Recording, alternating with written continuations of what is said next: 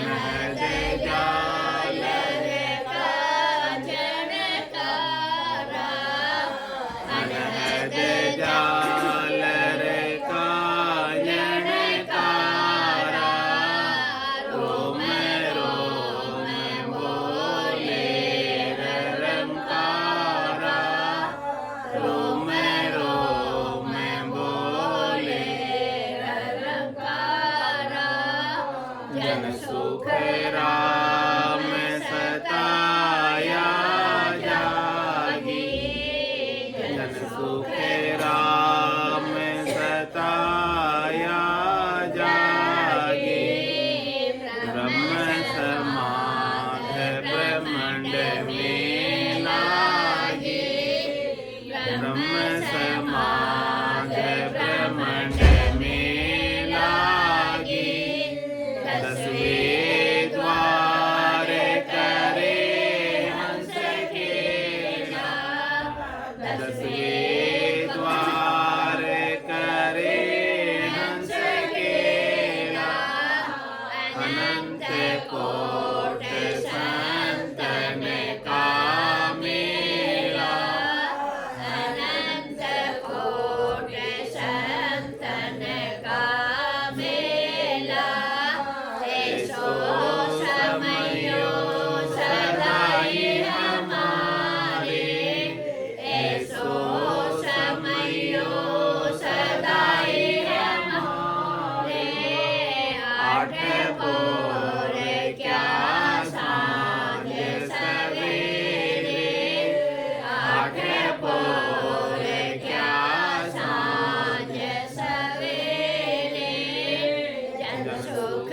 राम अमर घर पाया जन सुख राम अमर घर पाया जमन मरण मोह नहीं माया जमन मरण मोह नहीं माया जस किया सतगुरु सता मोह पे कई न जाय जो मुझ बरती आए के सोवित कई सुनाए बोलो राम सतगुरु देव जी महाराज ने धन्य हो परम दयाल सतगुरु सुखराम जी महाराज ने धन्य हो अनंत श्री सतगुरु सुखराम जी महाराज के ज्ञान सत्स्वरूप भगवान ने धन्य हो केवली भगवंता ने धन्य हो जीवा तारण जहाज ने धन्य हो मोक्ष के मालिका ने धन्य हो अनंत कोटि संतान ने धन्य हो राम सभा में राम शरणो सतगुरु दयाल को मुझे हृदय हरि नाम नित पद संगत साधु की जीवन मोक्ष सुख राम अण बेपद पर काश के दायक सतगुरु राम अनंत कोटि जन सहाय के दाय करूं प्रणाम सतगुरु को एको शब्द मन कोई लेवे मान तो सहज होते संत दास मुश्किल सुआसान भक्ति भक्त भगवंत गुरु चतुर नाम बबु एक जिनके पद रज परस ताना सत विघ्न अनेक सब धरती कागज करऊं सब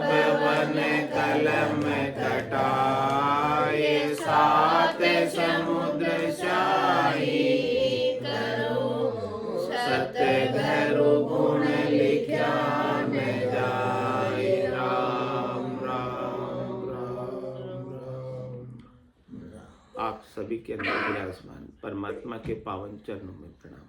राम राम सा राम राम सा राम। आनंद श्री सदगुरु सुखराम जी महाराज की अणबे वाणी है। राजा चंदूलाल का संवाद चल रहा है। महाराज इस संवाद के माध्यम से हमें हमारे असली स्वरूप का भान करा रहे हैं, असली स्वरूप का ज्ञान करा रहे हैं, असली स्वरूप का बोध करा रहे हैं। जो अभी हम दिख रहे हैं वो हम नहीं हैं। ये जो दिखने वाली है वो सब माया है। जो दिखे सो सकल विनाशी। जो भी आंखों से दिख रहे हैं वो सब सच्चा है। आंखों से जो दिख रहा है वो सब सच्चा है? नहीं। कैसे? हमें तो प्रत्यक्ष है। हम कहते हैं प्रत्यक्ष को प्रमाण की क्या आवश्यकता? दिख रहा है भाई, दिख रहा है वो तो सच्चा ही होगा ना। आज तो सच्चा है, आज सच्चा है, कल नहीं रहेगा। हाँ, कल कब हुआ है जो बताओ? आज के वहाँ कल है, कल कभी भी नहीं दृष्टि से देखा काल जरूर आए आप। तो जो आज सच्चा है और कल नहीं रहता है वो झूठा ही होता है, वो सच्चा होता ही नहीं।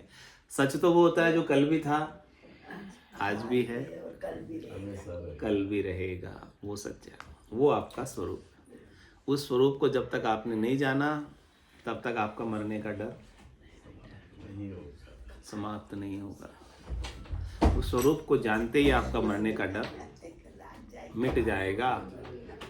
आपके स्वरूप को पाते ही आप परमात्मा स्वरूप हो जाएंगे, सत्स्वरूप हो जाएंगे, आनंद स्वरूप हो जाएंगे, यथार्थ स्वरूप हो जाएंगे, वास्तविक स्वरूप हो जाएंगे। और महाराज वही अपने यथार्थ स्वरूप की ही बात को अपने को समझा रहे हैं, बता रहे हैं, सिखा रहे हैं। आप इधर आइए शर्मा जी। आ जाओ। तुम्हारा तेरे यूं तो कहे ब्रह्म सब कोई, पण दे धार्या सु माया होई। जूं जड़ सु चीज उपज सब जावे, सुन जल को रूप किस विध कहावे। क्या कह रहे महाराज? यूं तो सब ब्रह्म ही है, ब्रह्म के सिवाय कुछ है ही नहीं। लेकिन क्या कह रहे? दे धार्यासु माया हुई। ये शिव जीव क्यों बन गया? क्योंकि इस शिव ने दे धर ली। दे धरते ही ये जीव हो गया। माया का संग करते जीव हो गया। तुम्हारा समझा रहे इस बात को वापस कि आप जीव से शिव कैसे बनोगे। शिव से जीव तो बन गए।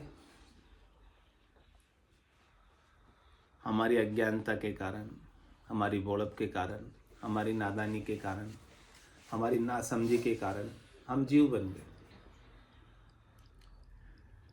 अब सदगुरु हमें मिलते हैं तो हमारी अज्ञानता, नादानी, नासमझी को दूर करते हैं कि तू जीव नहीं है, तू शिव ही है। तू भ्रमवश अपने आप को जीव मानता है। तू गधिया हाथी नहीं है, असली हाथी है। गधों का संग करके तू अपने आप को गधिया हाथी समझने लग गया। तेरी समझ में भ्रम हो गया। भोड़प मेरे साइया, मैं थी बड़ी गिवार, तुमसा प्रीतम छांड कर गई आन की। आप जैसे परमात्मा के सत स्वरूप को छोड़कर मैंने माया की देह धर ली, और माया की देह धरने के कारण में परमात्मा से जीव बन गया। मैं पेड़िया नीचे उतर गया। पार ब्रह्म था, पार ब्रह्म से चिदानंद ब्रह्म हो गया, चिदानंद ब्रह्म से शिव ब्रह्म हो गया, शिव ब्रह्म से जीव ब्रह्म हो गया। ऐसे नीचे नीचे उतरता उतरता चौथी पीढ़ी में आकर राजा से रंग हो गया, सीमित हो गया। थोड़ा सा हो, था तो असीम, अनंत, अपार, अगाध। लेकिन हो क्या गया, बहुत बड़े राज्य का मालिक था, बंटवारा होते होते एक खेत के टुकड़े का, एक कुएं का मालिक रह गया। इतना ही हो गया, बढ़ते बढ़ते बढ़ते बढ़ते।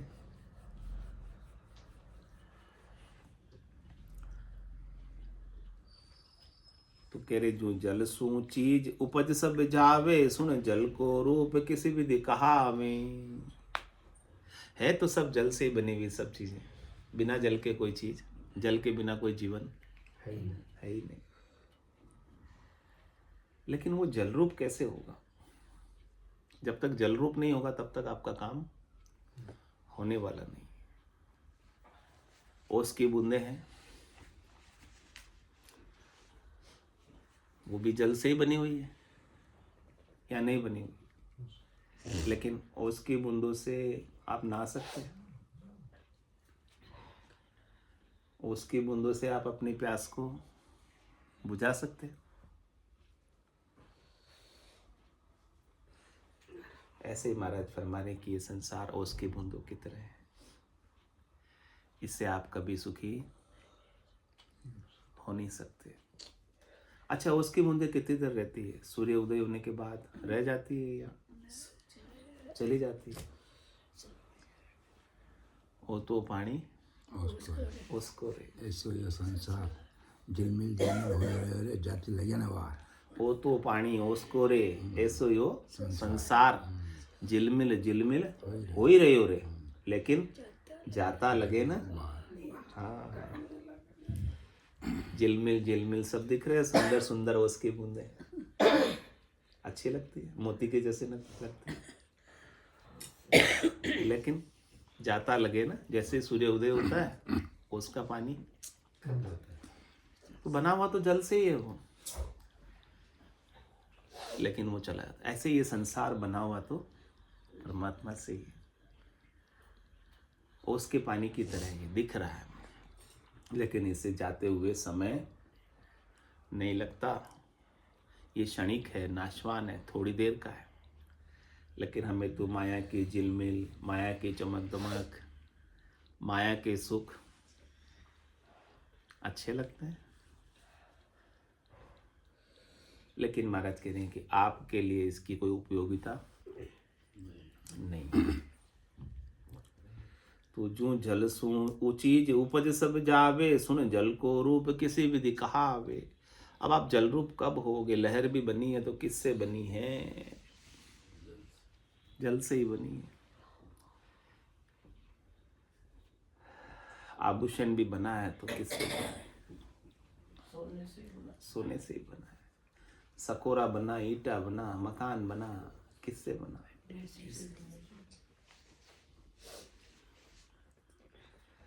लेकिन जब तक उसे अपने मिट्टी होने का, या जब तक उसे अपने जल होने का, या जब तक उसे अपना सोना होने का भान नहीं हो जाए, समझ नहीं हो जाए, तब तक वो बनने पर तो खुश होगा और मिटने पर दुखी होगा।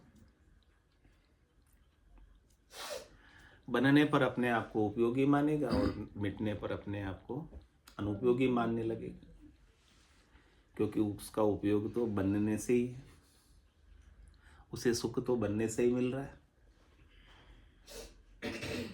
लेकिन वो सुख हमेशा रहता नहीं। तो इस प्रकार से सब चीजें जल से उपजती है, लेकिन जल रूप आप कब होगे? आप भी उपजे परमात्मा से हो, तो आप परमात्मा रूप वापस कैसे होगे? कब होगे? बूंद सागर कब होगी? जब बूंद अपना अस्तित्व को, अपने होने पने को, जो बनी हुई है उससे वो मिटा दे। जब तक वो बूंद बनी रहेगी कि मैं भी कोई चीज हूँ, मेरा भी कोई अस्तित्व है, मेरा भी कोई वजूद है, मेरा भी कोई नाम है, मेरा नाम बड़ा होना चाहिए, मेरा नाम हमेशा अमर रहना चाहिए, ऐसी आकांक्षा बूंद करे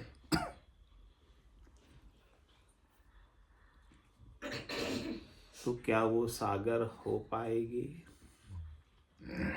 उसको अपने नाम को बचाने के लिए, अपने नाम को रखने के लिए हमेशा बूंद ही बना रहना पड़ेगा। वो कभी सागर। तो आप जो भी बने हो, आप मनुष्य बने हो, आप स्त्री बने हो, आप पुरुष बने हो, आप पढ़े लिखे बने हो, आप बिना पढ़े लिखे हो, आप ऊंची जाति के बने हो, नीची जाति के बने हो, आप ऊंचे आश्रम के हो, आप किसी मत के हो, आप किसी पंथ के हो, आप किसी संप्रदाय के हो, इन सब चीजों को जब आप तक बनाए रखोगे ना अपने पास, तब तक आप जल रूप नहीं हो सकते, परमात्मा रूप नहीं हो सकते। पहुंचा पहुंचा एक मत, अण पहुंचा मता अनेक। जो पहुंच गए ठोड़ पे ठिकाने परम पद में, उनका तो मतांतर भेद सारा मिट गया। अब कोई भेद उनके भीतर रहा ही नहीं। भेद तो सब माया का है। बड़े हो आप, धनवान हो तो किससे हो? गरीब हो तो किससे हो? माया की कमी से। ये सब कुछ भेद जितना भी है ना, भेद विज्ञान सारा माया का।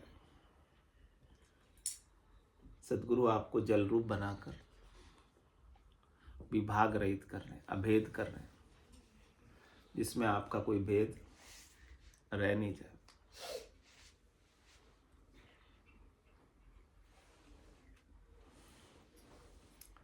हे राजा, नाना विध की चीजा सारी, छोटी मोटी हल्की भारी। नाना विध की चीजें जल से बनी हुई, कोई छोटी है, कोई मोटी है, कोई हल्की है, कोई भारी है। एक तो सब ही जल से होई, जल को रूप किशो को हो सोई। ये सब बनी तो किससे? छोटी भी बनी तो जल से बनी, यानी कीड़ी भी बनी तो किससे बनी, और हाथी भी बना तो किससे बना? सब परमात्मा से ही बने। लेकिन हमें दिखाई क्या देता है? आकार, रूप, रंग, वर्ण। हमें उसमें बैठे हुए परमात्मा तो दिखाई नहीं देते ही नहीं है। हमारी दृष्टि वहां तो जाती ही नहीं है। वो आकार ही दिख रहा है। हमारी दृष्टि तो केवल रूप पर है, आकार पर है। कह रहे जब तक आप आकार पर आपकी दृष्टि बनी रहेगी, आकारी को सेविया, गर्भ ताप नहीं जाए, जन सुखिया निराकार रे, छिन्न में देख मिठाई। आपकी दृष्टि निराकार पर पड़ते ही, जन्मे हुए में अजन्मे पर आपकी दृष्टि पड़ते ही, आप अपने निज स्वरूप को पालो। तो निज स्वरूप का तो जन्म कभी होता ही नहीं, निज स्वरूप तो कभी मरता ही नहीं, निज स्वरूप को तो कभी सुख होता ही नहीं है, निज स्वरूप को तो कभी दुख होता ही नहीं है। निज स्वरूप में तो कोई विकार है ही नहीं। सुख दुख कहाँ है? आपके मन में। कष्ट तकलीफ कहाँ है? आपकी देह में। आत्मा को कोई सुख नहीं है, आत्मा को कोई दुख नहीं है, आत्मा को कोई रोग नहीं है, आत्मा को कोई शोक नहीं, कोई तकलीफ वहां पर है ही नहीं। अब बोलो मुक्त होने में कितनी देर लगी? एक क्षण लगा या बहुत ज्यादा देर लग गई? आप अपने स्वरूप से वाकिफ हो जाओ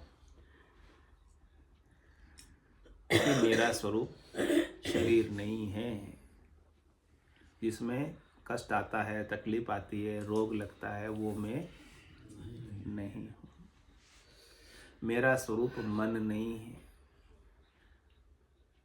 जिससे मैं सुखी और दुखी होता हूं। जन्म में कौन आता है? शरीर। मरने में कौन जाता? लाकड़ों में कौन जाता?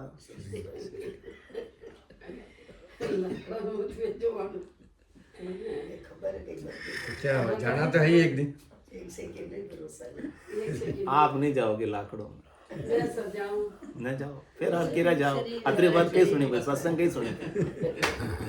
लॉकडाउन तो जानो ही बैठी सब तैयार है अरे आप न जाओ, शरीर जाए। शरीर जाए था तो थे थोड़ी जाओ। शरीर जाए शरीर तो जाए तैयारी तो शरीर थे थोड़ी हो, ते मकान हो का मकान में रहो। क्या बताओ मकान में रहना पता कि वो मकान जाए लाकड़ा में तो थे थोड़ी जाओ। बालू का तू महल बनाया, वो तो पापा के मुंडे हाँ बालू का तू महल बनाया। करके जो तुम सामान सजाया, पढ़ने वर्षा आए गिराया, हाथ मसल रह जाएगा, पछताएगा पछताएगा, क्या समझ नहीं तो आएगा। लाकड़ा में कौन जाएगा, मकान जाएगा।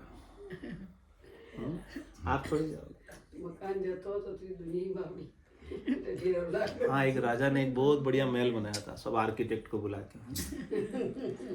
जितने भी देश भर में अच्छे अच्छे आर्किटेक्ट थे ना, महंगे से महंगे, उन सबको बुलाया कि ऐसा मकान बनाओ कि जिसमें कोई कमी हो ही नहीं, जो आवे वो अपनी राय देवे। और वो क्या करे बेचारा राजा, बार बार तोड़े उसे, इस दिशा में ये नहीं होना चाहिए, इस दिशा में ये नहीं होना चाहिए, इसको तोड़ो, इसको ठीक करो, ये विंडो यहाँ नहीं होना चाहिए, ये ऐसा गलत बना दिया। वो बार बार उसको तोड़े, बार बार तोड़े, बार बार बनावे, ठीक करे उसको। मतलब तो 8-10 बार तो तोड़ दिया होगा, बना दिया होगा, तब जाके उसका बना। फिर अखबार में छप गया कि देखो राजा का महल है जिसमें कोई कमी नहीं है। वास्तु शास्त्र की हिसाब से हाँ बिल्कुल परफेक्ट बना हुआ है, इसमें कोई कमी हो तो मतलब बता दे। तो ये बात एक संत के पास पहुंची, क्योंकि संत ने अखबार पढ़ा होगा। संत ने कहा कि इसमें 2 कमियां हैं, अभी 2 कमी रह गई इसमें। तो बोले बुलाओ संत को मेरे पास। राजा बोले संत बोले मैं तो नहीं आता। बोले आके देखो क्या कमी है। बोले मेरे को आके देखने की जरूरत नहीं है, मुझे यहीं से दिख रही है उसमें 2 कमियां। जो जाके देखे वो तो अज्ञानी, जो बिना देखे बता दे वो ज्ञानी। 2 कमियां मुझे यहीं से दिख रही है, बैठे बैठे दिख रही है। फिर राजा गया पूछने, चलो वो नहीं आ रहा। तो राजा बोले यार क्या कमी रह गई, मैंने तो इतने 8-10 बार तोड़ के बनाया है इसे, अब कुछ ना कुछ फिर कमी रह गई, तो समझू जाके क्या कमी है। राजा आया संत के चरणों में, पूछा भाई क्या क्या कमी रह गई महाराज। बोले ये मकान ऐसे नक्षत्र में बना है कि इसमें रहने वाला घर का स्वामी मकान के रहते ही चला जाएगा। तो जाना ही है मकान का हमारे सामने बनाया था इन्होंने, बहुत बढ़िया मकान बनाया, लिफ्ट लगाई, सब किया सुवर्णा जी ने। हाँ 1 साल में चले गए बेचारे मकान के रहते। पूरा खड़े रह के पूरी मेहनत से बनाया। तो ऐसे ही उसने राजा को बोला क्या तुम इसमें रहेगा नहीं, तूने रहने के लिए तो हाँ कर कर जतन, बालू का तू महल बनाया, और कर कर जतन सामान सजाया, और पल में बरसा। हाँ अब दूसरा कमी क्या है, अभी तू भले रहेगा इसमें, तो एक दिन ऐसा आएगा कि ये मकान नहीं रहेगा। ये भी बुलबुल हाँ कभी कोई ऐसी बाढ़ आ गई ना, तो ये भी डूब जाएगा, उसमें धराशायी हो जाएगा। ये 2 कमी तो है इसमें, तो अब कोई आर्किटेक्ट 2 कमी को दूर नहीं कर सकता। अच्छे से अच्छे आर्किटेक्ट को बुला ले, फीस दे दे तू कितनी, ये कमी तेरी दूर होने वाली नहीं है। तो आई बात समझ में कि नहीं, ये शरीर तो जाएगा, जाने वाला है, वास्तु शास्त्र महाराज ये शरीर रहने वाला नहीं।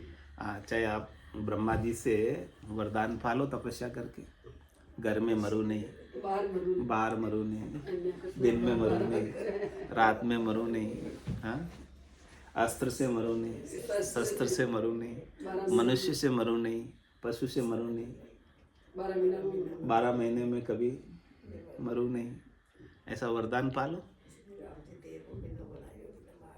फिर भी मरना तो पड़ा या बच गया? हिरण्यकश्यप बच गया नहीं। तो जब तक आप जल रूप नहीं हो जाओगे, परमात्मा रूप नहीं हो जाओगे, तब तक आप बच नहीं पाओगे। बचने के लिए आपको परमात्मा बनना पड़ेगा। जब तक परमात्मा के अलावा और कुछ भी आप बने रहोगे ना, वो बनना आपका मिटना पड़ेगा। जन्मते ही मरने का डर पहले ही दिन से। कोई बच्चा तो एक दिन का ही मर जाता ना, जन्मते ही नहीं मरता। तो जन्मते ही मरने का डर चालू हो जाता। लेकिन आप परमात्मा बन गए ना, तो आपका सारा डर, सारी चिंता, सारा दुख, सारा त्रास सब मिट जाएगा। तो कह रहे हे राजा, जल नाना विध की चीजा सारी, छोटी मोटी हल्की भारी। छोटी मोटी हल्की भारी जितनी भी नाना विध की चीजें बनी हुई है ना, बनी तो सब जल से, बनी तो सब परमात्मा से, लेकिन वो माया से ही मोटी है और माया से ही छोटी है। ए तो सब ही जल से होई, जल को रूप किशो को सोई। ये सब जल से है, लेकिन जल हमें इसमें दिखाई नहीं देता। हमें तो इनका रूप ही, माया ही, आकार ही दिखाई देता है। तो कह रहे हे राजा, जल की चीज सकल सोकवावे, किन सुन प्यास न जावे। यूं सुन मोख ब्रह्म बिन नाई, हे राजा सुन समझो माही। हे राजा, है तो सब जल की चीज बनी हुई, लेकिन जल के बिना प्यास नहीं बुझती। प्यास तो पानी पियोगे तभी बुझेगी। चीजें खाने से प्यास कभी बुझी क्या? और बत्ती लाएगी, चीज जब खाओ।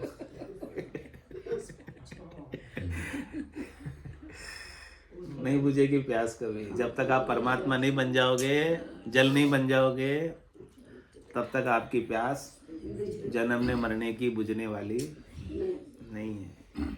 ये दुख, ये त्रास मिटने वाला। यू सुन मोख ब्रह्म बिन नाई।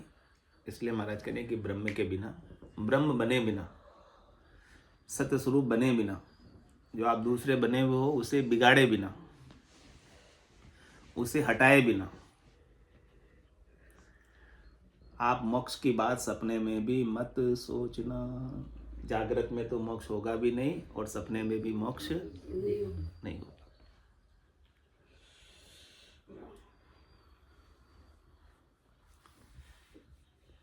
यू सुन मोक्ष ब्रह्म बिन नाई। तो आपको क्या बनना पड़ेगा? जो बने हुए हैं, बनने की जो जरूरत नहीं है, जो बने हुए हैं उसे मिटाना है। जो भी आप बने हुए, तो लास्ट में जो बच जाओगे ना, सब मिटने के बाद जो बच जाएगा, यानी सब चला जाता है महाप्रलय में, लेकिन कौन रहता है? परमात्मा रहता है। ऐसे ही आपका सब कुछ लुट जाए, सब कुछ मिट जाए, सब कुछ खत्म हो जाए, फिर जो बचेगा वो आप बचो।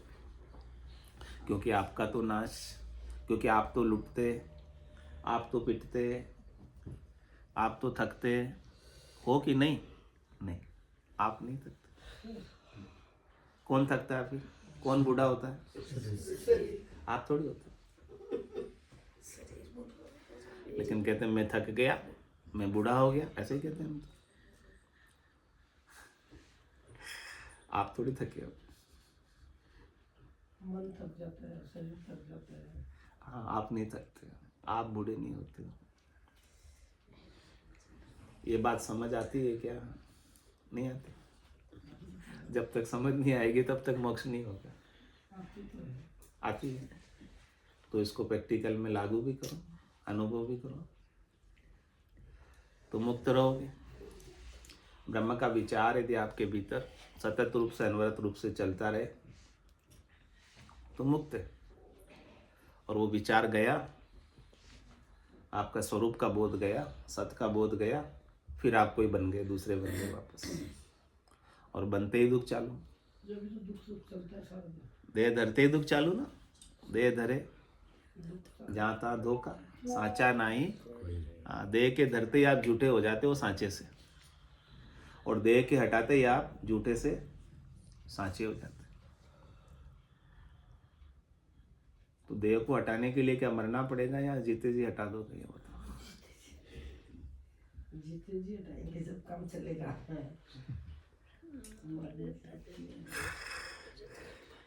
मरे तो पहले ही पड़े हैं, मरने से भी सोने वाला नहीं है। देह का भान भी किसको है? आपके मन को है। देह का भान भी किसको है? आपकी बुद्धि को है। मन और बुद्धि में देह भासती है, बाकी देह का कोई अस्तित्व नहीं। तो करे मन को मार, मरेगा सोई, परम धाम में वासा होई। इंद्रियों के सुख में मन चाहता है, भला बुरा भी बुद्धि सोचती है।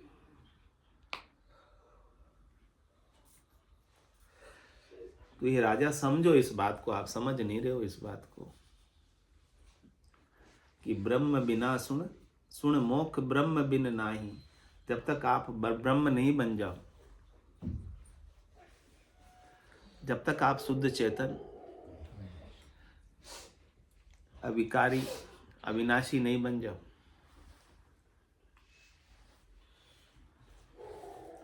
और कहाँ बनना है? हमारी समझ में बनना है। बनना कहाँ है? हाँ, अभी जो हम बने हुए हैं वो हमारी समझ से ही बने हुए हैं, हमारी कल्पना से ही बने हुए हैं। हमारी कल्पना में ही भ्रम हो रहा है जन्मने का, हमारी कल्पना में ही भ्रम हो रहा है मरने का। इस भ्रम को कह सुखराम भ्रांत हल कीजिए। आपके अंदर जो भ्रांति हो गई ना, उस भ्रांति को आप हल करो।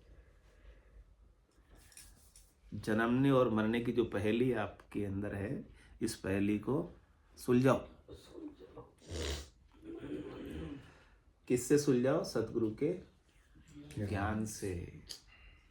ये भ्रांति आपकी किससे जाएगी? जन्मने की भ्रांति, मरने की भ्रांति, सुख की भ्रांति, दुख की भ्रांति, बनने की भ्रांति, बिगड़ने की भ्रांति, लाभ की भ्रांति, हानि की भ्रांति, जस की भ्रांति, अपजस की भ्रांति,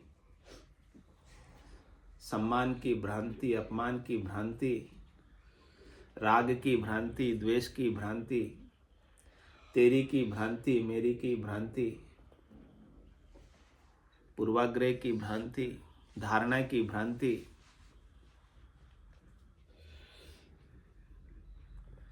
सतगुरु के ज्ञान से जाएगी। इसके बिना जाने वाली नहीं है। यू सुन मोख ब्रह्म बिन नाई।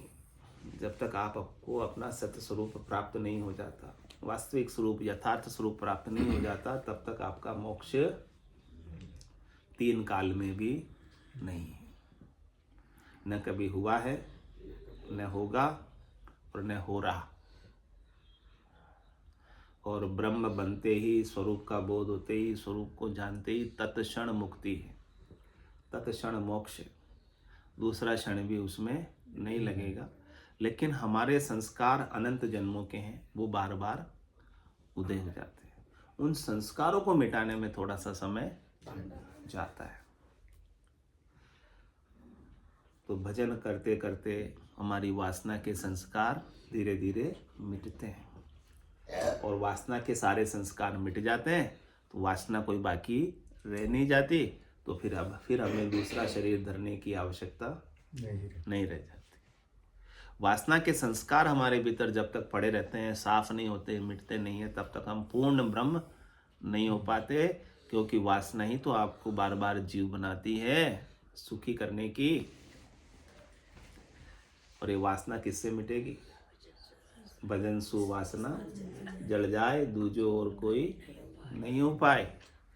ज्ञान तो सुन लिया कि आप ब्रह्म ही हैं, लेकिन इसके बाद अब क्या करना? संस्कारों को मिटाने के लिए जो अनंत जन्मों के आपके अंदर वासना से वासित संस्कार पड़े हुए हैं, उसके लिए दवाई, औषधि, भजन है। इस दवाई, औषधि, भजन का आप उपयोग करोगे तो आपके संस्कारों की जो वासना पड़ी हुई है वो वासना मिटेगी, और वासना के मिटने से आप अपने शुद्ध स्वरूप को पा जाओ। बोलो राम सद्गुरु देव जी महाराज ने। धन्य हो परम दयाल सद्गुरु सुखराम जी महाराज ने धन्य हो अनंत श्री सद्गुरु सुखराम जी महाराज के ज्ञान स्वरूप भगवान ने धन्य हो केवली भगवंता ने धन्य हो जीवा धारण जहाज ने धन्य हो मोक्ष के मालिका ने धन्य हो अनंत कोटि संतान ने धन्य हो राम सभा में राम राम सा राम राम सा राम राम राम राम सा राम